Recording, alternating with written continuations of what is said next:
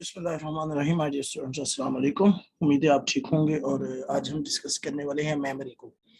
Learning की बात हो, परसेप्शन की बात हो और मेमोरी की बात हो ना हो तो अच्छा नहीं लगता।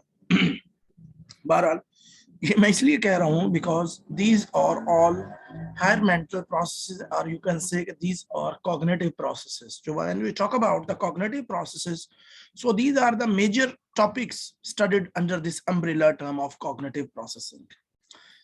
तो लर्निंग जब होती है तो आपने कोई चीज सीखना, कोई चीज यू कैन से कि कोई चीज सीखना, अब जब सीखी जाती है, कोई चीज लर्न की जाती है तो उसका उस वक्त तक फायदा नहीं होता जब वो मेमोराइज ना हो। डेफिनेटली आप एक सबक सीखते हैं, एक क्वेश्चन सीखते हैं, तो वो उसका उसी वक्त फायदा होगा ना जब आपकी मेमोरी में स्टोर हो जाएगा, ताकि वक्त आने पर आपके काम आ सके। वक्त आने पर जब आपके एग्जाम हो, वो पेपर जो है, वो जो सबक जो है, चैप्टर है या सवाल है, वो आपने ये टॉपिक है, वो आपने सीखा है, लर्न किया है, उसके बाद आपने उसको मेमोराइज किया है, और जब आपका पेपर का टाइम आया, एग्जाम आया, तो आपने at the time of the exam आपने जो है वो रिट्रीव किया है उसको और वो लिख दिया है। तो ये उसी वक्त पॉसिबल है कि आप एग्जाम में उसको अच्छी तरह लिखेंगे जब आपने उसको मेमोराइज किया होगा। This is called memory. कोई भी चीज जो है वो याद रखना, उसको सबसे पहले जो है वो याद रखना, फिर उसको जो याद करना, फिर याद रखना, और फिर उसको रिट्रीव कर देना, यानी कि दोबारा आपने जो याद किया हुआ है, जहां स्टोर किया हुआ है, वहां से वापस ले आना। This is called memory. Memory is a higher mental or cognitive process in which data is encoded, stored and then retrieved at required time. यानी मेमोरी क्या है? एक मेंटल प्रोसेस है, हायर मेंटल प्रोसेस है, एक कॉग्निटिव प्रोसेस है। Cognitive process basically किसको कहते हैं? कॉग्निटिव प्रोसेस कहते हैं जिसमें आपकी कॉग्निशन शामिल हो। इन शॉर्ट अगर मैं आसान अल्फाज में बात करूं तो जिसमें आपका जो है वो ब्रेन शामिल हो। ठीक है। In which data is encoded. Encoded mean कि आप अपने डाटा स्टिमुलेशन के जरिए, जो विजुअल स्टिमुलेशन है, ऑडिटरी स्टिमुलेशन है, जो टेक्टाइल स्टिमुलेशन है, उसके थ्रू जो है वो आप डाटा अपने दिमाग के अंदर लेके जाते हैं, उसको एक अच्छे तरीके से स्टोर करते हैं, उसको एक उस शक्ल में स्टोर करते हैं कि जब आपके वो काम आ सके। देन स्टोर्ड, फिर आप उसको स्टोर करते हैं, एंड देन रिट्रीव्ड, और फिर आप उसको वापस लेके आते हैं एट द रिक्वायर्ड टाइम। जैसा मैंने आपको बताया, एक चीज, एक सवाल जो है वो आपने याद किया, ठीक है, उसको इस याद किया मींस उसको इनकोड किया, उसके बाद उसको स्टोर किया, और एट द टाइम जो है वो आपने एग्जाम में लिख दिया। That is called retrieval. या इसकी इस तरह भी जो है वो डिफाइन इसको किया जा सकता है, person's ability to retain the information regarding past events और एक्सपीरियंसेस। मेमोरी किसको कहते हैं? या इंसान की वो एबिलिटी जिसमें वो गुजरे हुए हालातों, वाकयात, एक्सपीरियंस को याद रखता है। अच्छा जी, वैसे तो बहुत सारी थेरीज हैं मेमोरी से रिलेटेड, लेकिन सबसे इंपॉर्टेंट जो थेरी है that is called stage theory of memory. तो इसको हम वन बाय वन देख लेते हैं, स्टेज थेरी ऑफ मेमोरी को। सबसे पहले जो स्टेज है, स्टेज थेरी की जब मैंने बात की है तो इसका मतलब जो है कि स्टेजेस हैं इस थेरी में। सबसे पहले जो मेमोरी की स्टेज है, यानी मेमोरी बेसिकली सेंसेस से लेकर दोबारा अपना जो इंफॉर्मेशन, सेंसेस से लेकर वो इंफॉर्मेशन अंदर गई दिमाग में, वहां स्टोर हुई और वापस जब तक आ गई, दैट इज कॉल्ड मेमोरी। तो मेमोरी इस पूरे प्रोसेस में, इस लंबे प्रोसीजर में 3 स्टेजेस आती हैं।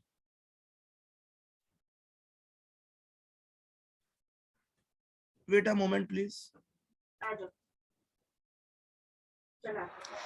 तो हम जो है वो दोबारा शुरू करते हैं। वन बाय वन जो है वो तमाम स्टेजेस को हम डिस्कस करते हैं। सबसे पहले जो स्टेज थ्योरी में स्टेज आ जाती है that is called sensory memory. मैंने आपको बताया ये एक पूरा प्रोसीजर है कि कहाँ से स्टिमुलेशन होती है, कहाँ से हम चीज को ग्रैस्प करते हैं, अपने जो है वो माइंड में लेके जाते हैं, और कब हम उसको माइंड से आउट ऑफ द माइंड लेके आते हैं at the time of the need, at the time of the requirement. तो इन तमाम चीजों के लिए जो है वो स्टेजेस हैं, that is called stage theory. अब इसमें 3 स्टेजेस हैं मेमोरी में। First stage is sensory memory. Suppose you are walking in a market and observe dozens of things, objects and hear different sounds वगैरह. These observed things or sounds remain in your conscious mind for some seconds and then disappear. आप यानी कि बाहर निकलते हैं, बाजार में जाते हैं, कहीं भी जाते हैं, स्कूल में, मार्केट में, घर, शॉपिंग मॉल में, रेलवे स्टेशन पे, कहीं भी जाते हैं तो आप बहुत सारी चीजों को देखते हैं। बहुत सारे साइन बोर्ड जो है वो दुकानों के आपके आंखों के सामने से गुजरते हैं, बहुत सारे लोग गुजरते हैं, बहुत सारी आपके आवाजें आती हैं आपके कानों में, और खत्म हो जाती हैं। वो कुछ जो है वो सेकंड्स तक आपके रहती हैं। आपने देखा होगा ना, आप गाड़ी में जा रहे हैं, डिफरेंट दुकानों के ऊपर बोर्ड लगे हुए होते हैं, वो आप पढ़ते जाते हैं सम टाइम, लेकिन वो जैसे ही वो बोर्ड गुजरता है कुछ सेकंड तक वो रहता है, उसके बाद जो है वो खत्म हो जाता है। तो that is called sensory memory. अच्छा जी, this some second memory is called sensory memory. Keep in mind that things or information you visually observed is called iconic memory. अब ये जो चीजें आप विजुअली ऑब्जर्व करते हैं, जो मैंने आपको बताया ना कि आप जा रहे हैं और चीजों को ऑब्जर्व कर रहे हैं, देख रहे हैं, तो जो चीजें आप विजुअली यानी कि देखते हैं, देखकर ऑब्जर्व करते हैं, that is called iconic. And information is auditory form is called echoic memory. ठीक है।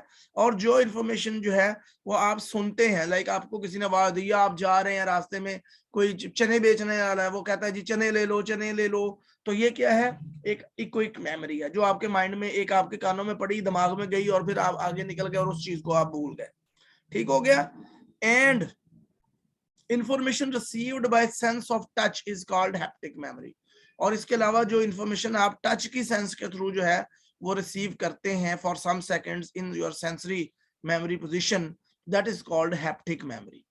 इसमें हमने सेंसरी मेमोरी स्टेज में हमने क्या देखा बेसिकली, कि सबसे पहले तो याद रखें sensory stage theory of the memory में 3 स्टेजेस होती हैं, sensory memory, short term memory and long term memory. Sensory memory क्या होती है, वो चीजें जो आप जाते हुए इर्द गिर्द अपने डजन्स ऑफ थिंग्स, बहुत सारी हजारों चीजें आप देखते हैं, ठीक है, सैकड़ों हजारों चीजों को ऑब्जर्व करते हैं। वो आंख के थ्रू भी ऑब्जर्व कर सकते हैं आप, कानों के थ्रू भी सुन सकते हैं, और टच के थ्रू भी जो है वो आप फील कर सकते हैं। और कुछ सेकंड्स ये आपके माइंड में रहते हैं, फिर ये डिसअपियर हो जाती हैं, खत्म हो जाती हैं। That is called sensory memory. 3 तरह की होती है। विजुअल, अगर हम किसी चीज को देख कर जो है वो सेंस करते हैं, that is called iconic memory. अगर किसी चीज को सुन के हम ऑब्जर्व करते हैं, that is called echoic memory. And किसी चीज को टच के जरिए जो है हम फील करते हैं, ऑब्जर्व करते हैं, that is called haptic memory. Sensory memory जो है ये कुछ सेकंड्स के लिए आपके दिमाग में रहती है, उसके बाद जो है वो डिसअपियर हो जाती है। अगली स्टेज आ जाती है, that is short term memory. Short term memory is also called working memory और एक्टिव मेमोरी। याद रखिए, एग्जाम में सवाल आ चुका है ऑलरेडी, मुझे याद आ गया कि शॉर्ट टर्म मेमोरी को वर्किंग मेमोरी भी कहते हैं। कि मतलब वर्किंग मेमोरी जो है वो शॉर्ट टर्म मेमोरी के आगे 3 नाम दिए गए थे, 4, कि इनमें से कौन सा जो वर्ड है वो शॉर्ट टर्म मेमोरी के लिए यूज किया जाता है। पीपीएससी के एग्जाम में ये सवाल था, आई रिमेम्बर दिस। तो आपको पता होना चाहिए कि वर्किंग मेमोरी या एक्टिव मेमोरी जो है वो शॉर्ट टर्म मेमोरी का दूसरा या तीसरा नाम है। In sensory memory you observed the number of things and remember them for few seconds, ठीक है, and then forget them। यानी आप सेंसरी मेमोरी में जो पहली स्टेज है उसमें आप बहुत सारी चीजें देखते हैं, उनको कुछ सेकंड्स के लिए याद रखते हैं, और फिर क्या करते हैं, भूल जाते हैं। What is the reason behind this forgetfulness? Reason क्या है उसकी? रीजन ये है कि आप उसको, उस इंफॉर्मेशन पर कंसंट्रेट नहीं करते, आप उस इंफॉर्मेशन को अटेंशन नहीं देते। अब सामने लिखा हुआ है जनाब रशीद लाइट हाउस, आप उसको टेंशन नहीं देते, आप जा रहे हैं, पढ़ा है आपने, आप आगे जुड़ गए हैं, आप उसको टेंशन नहीं देते। क्यों? क्योंकि आपको जरूरत नहीं है। ठीक है, आपको क्या जरूरत है कि आप रशीद लाइट हाउस याद करते जाए? नहीं। इसका मतलब ये है कि अगर आपने उसको कंसंट्रेट नहीं किया, उस इंफॉर्मेशन को, जो सेंसरी इंफॉर्मेशन थी, अगर आपने उसको कंसंट्रेट नहीं किया, उस पर अटेंशन नहीं दी, तो वो क्या होगा, वो कुछ सेकंड्स तक आपके माइंड में रहेगी, फिर वो आपके माइंड से निकल जाएगी, यानी फॉरगेटफुलनेस हो जाएगी। The reason that you do not concentrate or draw attention on them, that's why this type of memory disappear in few seconds। लिहाजा जब आप किसी भी सेंसरी मेमोरी में जो चीजें आती हैं, अगर आप उन पर ध्यान ना दें, उन पर कंसंट्रेट ना करें, उनको टेंशन ना दें, तो वो कुछ सेकंड्स आपके दिमाग में रहती हैं, उसके बाद क्या होगा, भूल जाएंगी। Now the question is, what will happen when you will draw attention on objects those are in your sensory memory? तो अब सवाल ये है कि अगर आप उन चीजों को पे कंसंट्रेट करेंगे, उनको टेंशन देंगे, उन पे फोकस करेंगे, तो क्या होगा? The answer is that when you will draw attention on information of your sensory memory, then this information entered in next stage of memory, which is called short term memory। अब क्या होगा जी, जब आप sensory memory की जो information है, जो आपने सेंस किए थी चीजें पहली स्टेज में, जब आप उन पे कंसंट्रेट करेंगे, ठीक है, तो वो क्या होगा, फिर वो आपकी नेक्स्ट स्टेज ऑफ मेमोरी में शामिल हो जाएंगी, which is called short term memory. Only that information from your sensory memory will enter in the short term memory on which you focused or draw attention. In the meanwhile, if you will not make a rehearsal of information which is in short term memory, in this case information remain in short term memory only for 20 seconds and then it will be disappear from your memory system. But if you rehearsed the information, it will remain in short term memory for a long time. ठीक है जी, यानी अब sensory memory से information आ गई, आपने sensory memory में आप पहली स्टेज में है, आपने बहुत सारी चीजों को देखा, उनमें से आपने एक दो चीजों पे फोकस किया, कंसंट्रेट किया, तो वो चीजें क्या हो गई आपकी सेकंड स्टेज में चली गई, शॉर्ट टर्म मेमोरी जिसको कहते हैं। अब शॉर्ट टर्म मेमोरी में तो वो चली गई और जो बाकी चीजें थी जिनको आपने फोकस नहीं किया था वो सेंसरी मेमोरी में ही खत्म हो गई। कुछ चीजें जो हैं वो शॉर्ट टर्म मेमोरी में आती हैं। अब शॉर्ट टर्म मेमोरी में तो वो चीजें आ गई क्योंकि आपने उन पे फोकस किया था, आपने कंसंट्रेशन दिया, आपने टेंशन फोकस की उस पे। लेकिन अब अगर शॉर्ट टर्म मेमोरी में आप उसको दोहराएंगे नहीं, रिहर्सल नहीं करेंगे, बार बार रिपीट नहीं करेंगे, तो क्या होगा, वो चीज भी जो है वो 20 सेकंड्स आपके ब्रेन में रहने के बाद उसके बाद डिसअपियर हो जाएगी। ठीक हो गया जी। यानी ये नहीं है कि अब आपने थोड़ा सा उसको फोकस किया, सेंसरी मेमोरी में जो इन्फॉर्मेशन आई आपने उसको थोड़ा सा फोकस किया तो इन्फॉर्मेशन जो है वो शॉर्ट टर्म मेमोरी में आ गई, अब शॉर्ट टर्म मेमोरी में वो लंबे अरसे तक रहेगी। तो ऐसा नहीं होगा।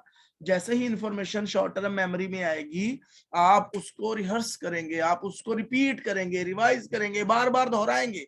जब आप उसको बार बार दोहराएंगे तो वो इंफॉर्मेशन जो है that will be move in the next stage of the memory which is called that information, that specific information will remain there for a long time. But if you will not make a rehearsal on that particular information, then definitely that particular information will be disappear after some moments, like 20 seconds, 30 seconds and so on. पर research तो ये कहती है, मैंने literature में पढ़ा है, literature तो ये कहता है कि 20 सेकंड तक, बट जमा मनफी हो सकता है, कुछ 20 के 15 भी हो सकते हैं, 25 के भी हो सकते हैं। बट कीप इन माइंड, असल कॉन्सेप्ट आपके दिमाग में रहना चाहिए कि when information will be not rehearsed, will be not repeated, will be not revised, that will be easily forgotten from your memory. But if you will rehearse the information, revise the information, repeat the information, that will be remain for a long time in your memory. Sorry जरा wait कीजिए, एक phone call है, मैं वो सुन लूं जरा।